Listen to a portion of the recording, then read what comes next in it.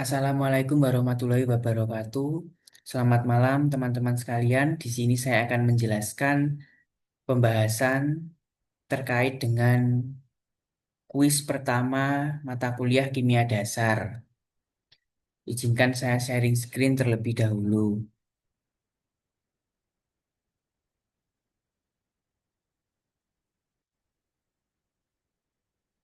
Nomor satu, jika terdapat reaksi S ditambah 3F2 menghasilkan SF6 dan jika diketahui mol S sama dengan 2 mol,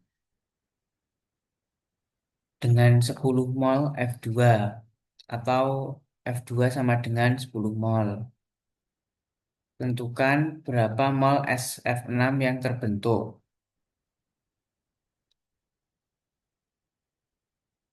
Maka perbandingan mol akan sama atau sesuai dengan perbandingan dari koefisien. Di dalam reaksi tersebut, 1 mol S2 membutuhkan 3 mol F2. 1 mol S ini karena koefisien dari S ini sama dengan 1, kemudian koefisien dari F2 ini adalah 3F2. Kemudian 1 mol S menghasilkan 1 mol SF6. Langkah berikutnya adalah menentukan reaksi pembatas. Reaksi pembatas adalah spesi zat yang habis bereaksi dalam sebuah persamaan reaksi kimia. Menentukan reaksi pembatas juga dapat menggunakan perbandingan mol dan koefisien yang setara atau sebanding. Di sini mol S dibagi mol F2 akan sama dengan koefisien S dibagi dengan koefisien F2. Jika diketahui mol S sama dengan 2 dan diketahui perbandingan koefisien S sama dengan 1 dan perbandingan koefisien F2 adalah 3, maka mol F2 adalah 3 kali 2. Sehingga mol F2 yang bereaksi adalah 6 mol.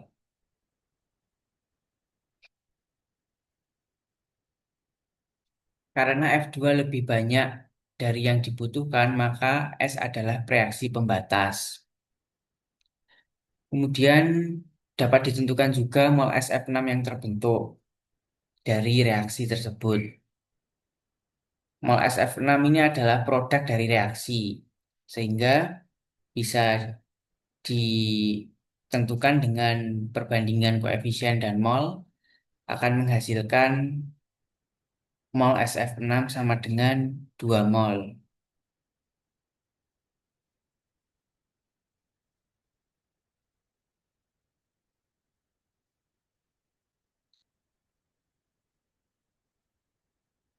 Kemudian menentukan zat yang tersisa. Karena S adalah reaksi pembatas, S habis bereaksi.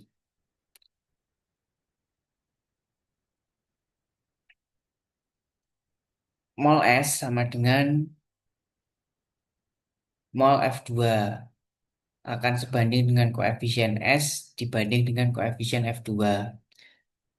2 dibagi dengan mol F2 sama dengan 1/3. Sehingga mol F2 adalah 6 mol.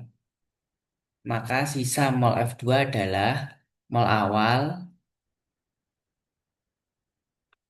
dikurangi dengan mol yang bereaksi. Ya, enggak apa-apa. Enggak. 10 mol dikurangi 6 mol sama dengan 4 mol. Idiot. Enggak apa-apa. Di sini disediakan tabel stoikiometri untuk memudahkan dalam mengerjakan soal. Tabel stoikiometri dibagi dalam 3 keadaan, yaitu keadaan pada awal reaksi, keadaan pada awal sebelum reaksi, keadaan saat reaksi, dan keadaan setelah reaksi. Pada keadaan awal, mol S sama dengan 2 mol. Kemudian pada saat bereaksi, mol S sama dengan 2 mol.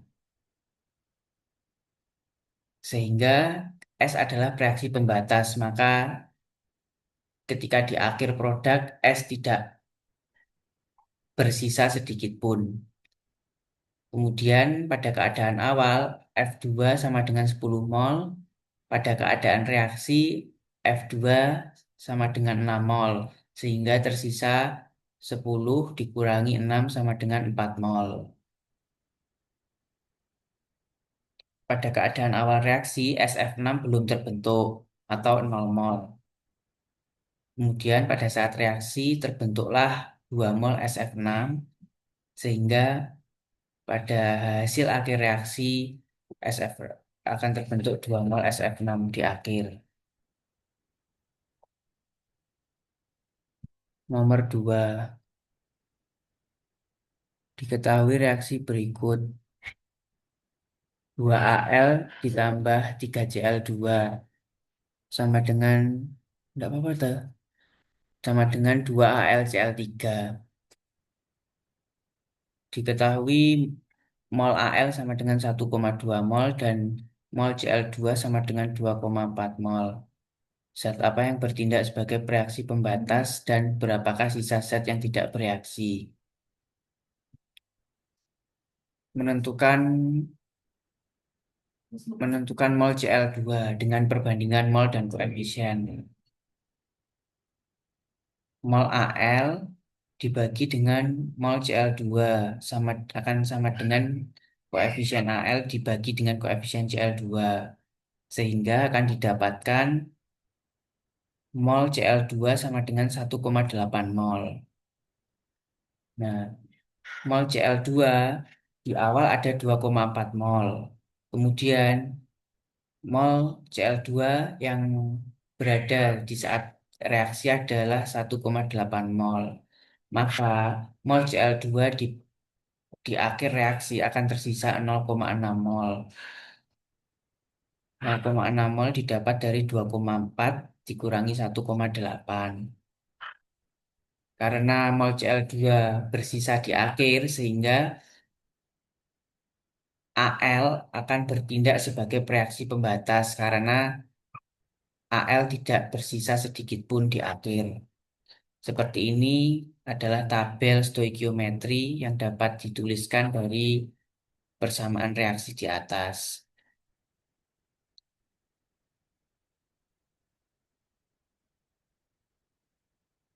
Ini menentukan mol AlCl3 atau mol setelah reaksi produk akan dihasilkan mol AlCl3 sama dengan 1,2 dengan perbandingan mol dan perbandingan koefisien.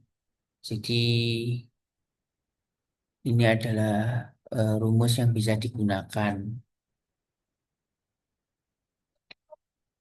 Perbandingan mol akan sama dengan perbandingan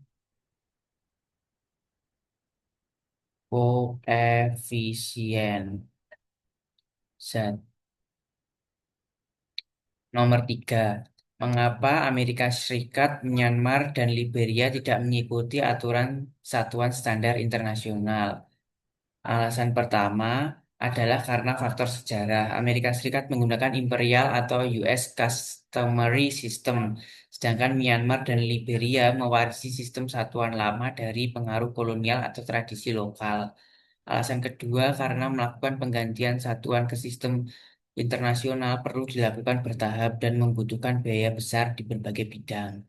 Alasan ketiga adalah faktor kebiasaan masyarakat yang terbiasa menggunakan sistem satuan seperti mil, inci, foot atau kaki, pound di Amerika Serikat, dan satuan lokal di Myanmar dan Liberia. Nomor 4, mengapa suhu dalam Kelvin tidak diberi tanda derajat? Karena Kelvin merupakan suhu absolut yang dimulai dari nol mutlak, di mana suhu nol mutlak Kelvin ini adalah keadaan di mana zat hampir keadaan di mana partikel zat hampir tidak bergerak. Ini menyatakan energi termodinamika dan skala relatif suhu seperti Celcius atau Fahrenheit. Sehingga Kelvin adalah satuan besaran fisika murni, di mana suhu nol mutlak adalah suhu terendah yang mungkin secara fisika. Nomor 5, perbedaan kondisi dalam keadaan standar dan keadaan suhu atau tekanan kamar. Keadaan standar ini adalah keadaan yang tidak bisa diubah dan sudah menjadi standar acuan, yakni pada suhu 25 derajat Celcius atau 298 Kelvin. Tekanan harus sama dengan 1 atmosfer serta konsentrasi larutan 1 molar. Kondisi gas ideal pada 1 atmosfer. Keadaan ini adalah standar dan tidak bisa dirubah-rubah. B. Keadaan suhu dan tekanan kamar. Keadaan suhu dan tekanan kamar ini menyesuaikan atau relatif rata-rata 20 sampai 30 derajat Celcius. Kemudian tekanan adalah kurang lebih 1 atm, menyesuaikan cuaca dan ketinggian. Kondisi suhu dan tekanan kamar ini relatif fleksibel dan bisa sedikit berubah menyesuaikan situasi. Nomor 6. Jika konfigurasi elektron berakhir pada orbital F, maka termasuk golongan apa? Jawab. Jika konfigurasi elektron berakhir pada orbital F, maka termasuk golongan unsur transisi dalam atau sering disebut unsur lantanida dan deret unsur aktinida. Unsur lantanida sendiri merupakan unsur yang berakhir pada orbital 4F, sedangkan unsur aktinida berakhir pada orbital 5F. Ciri unsur blok F berada di bagian bawah tabel utama. Semua unsur blok F masuk ke dalam golongan 3B. Nomor 7. Mengapa dari orbital 3S harus dipromosikan ke orbital 3D? Mengapa tidak dari orbital 3D ke 3S? Dan berikan contoh unsur dan konfigurasinya. Karena mengacu pada diagram energi orbital yang mengikuti aturan Ergov. 1S, energi 1S akan kurang dari energi 2S. 2S akan kurang dari energi 2P.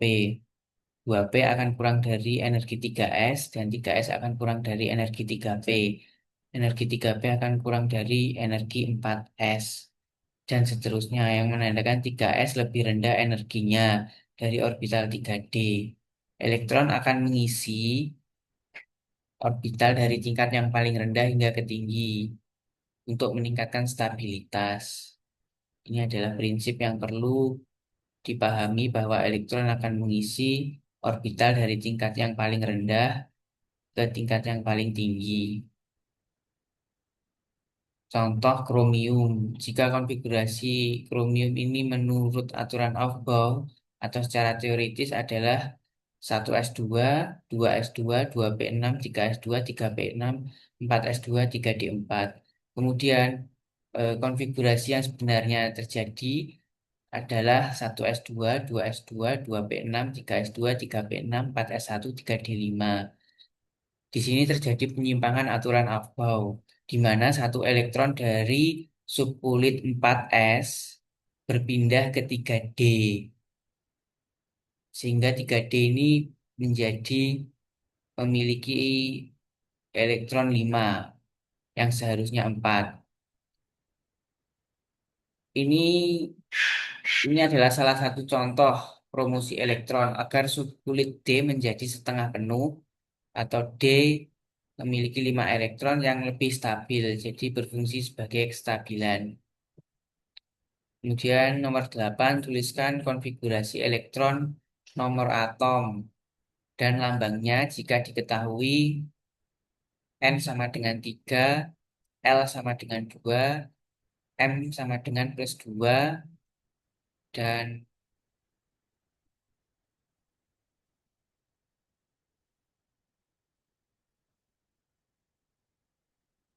dan S sama dengan +1/2. Menentukan subkulit. N sama dengan 3 artinya kulit ketiga. Kemudian L sama dengan 2 artinya orbital D. L sama dengan 2 ini masuk ke orbital D. Maka elektron terakhir berada di orbital 3D. Menentukan jumlah elektron di subkulit 3D. Orbital D memiliki 5 orbital. MP sama dengan -2, -1, 0, +1, +2. Lewat enggak apa? Enggak apa? Belum selesai.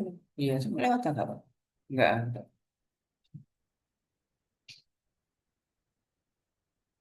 Saya ulangi, di sini ada tabel urutan di mana N tadi sama dengan 5, urutan 1, 2, 3, 4, 5.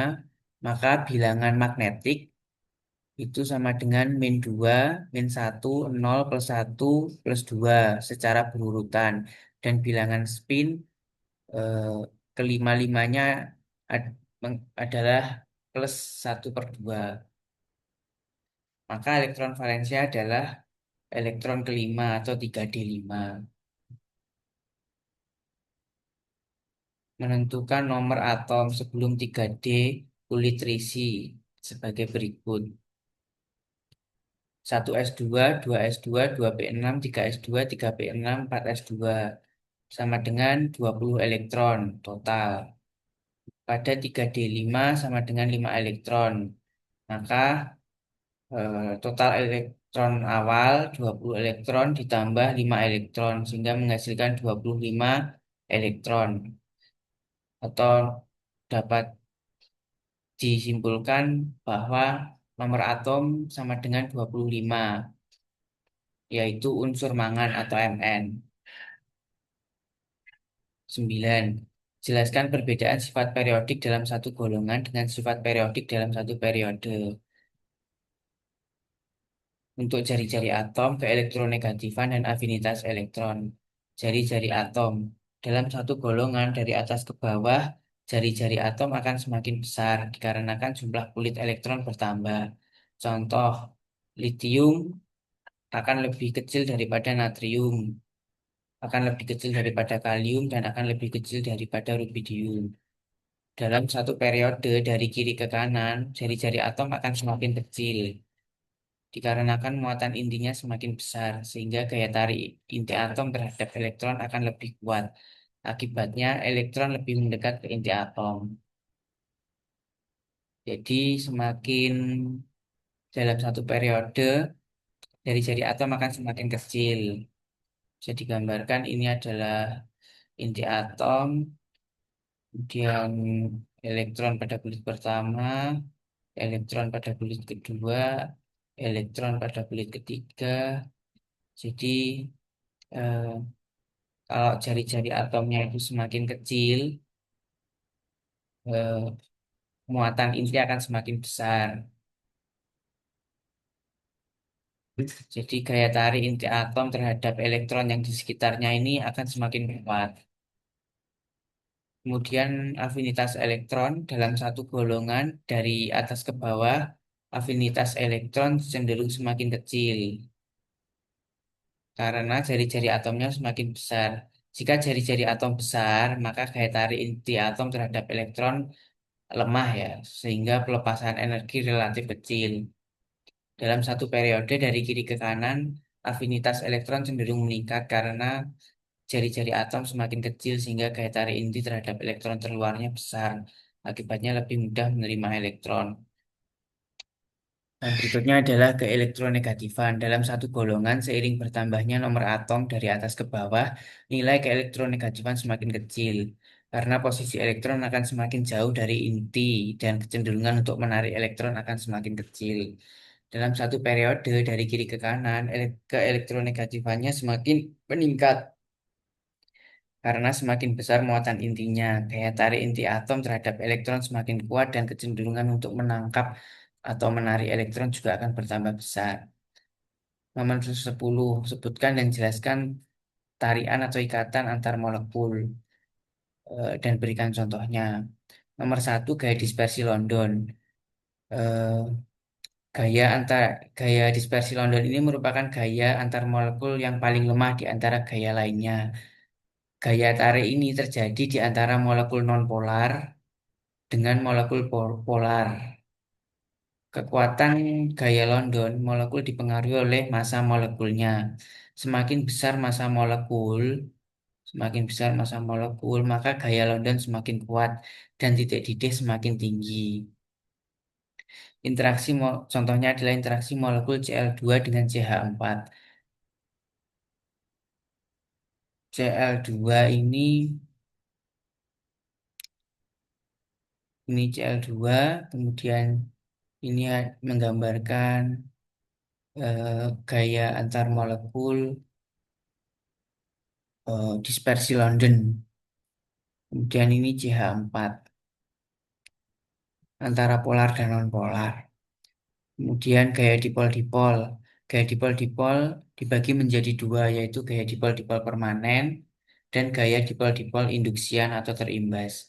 Gaya dipol-dipol permanen ini adalah gaya tarik yang terjadi antara molekul polar dengan molekul polar.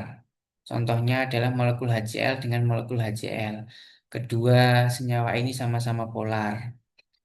Kemudian gaya dipol-dipol induksian adalah gaya tarik yang terjadi di antara molekul polar dengan molekul nonpolar. Contoh molekul HCl polar dengan Cl2. Cl2 ini nonpolar. Kemudian ikatan hidrogen. Ikatan hidrogen ini adalah ikatan yang paling kuat di antara gaya antar molekul lainnya. Karena ikatan ini terjadi ketika atom H mengikat atom yang memiliki elektronegativitas tinggi seperti atom F, atom O, dan atom N. Contohnya adalah molekul H2O dengan H2O. Jadi struktur molekul H2O adalah seperti ini. Ini sangat kuat.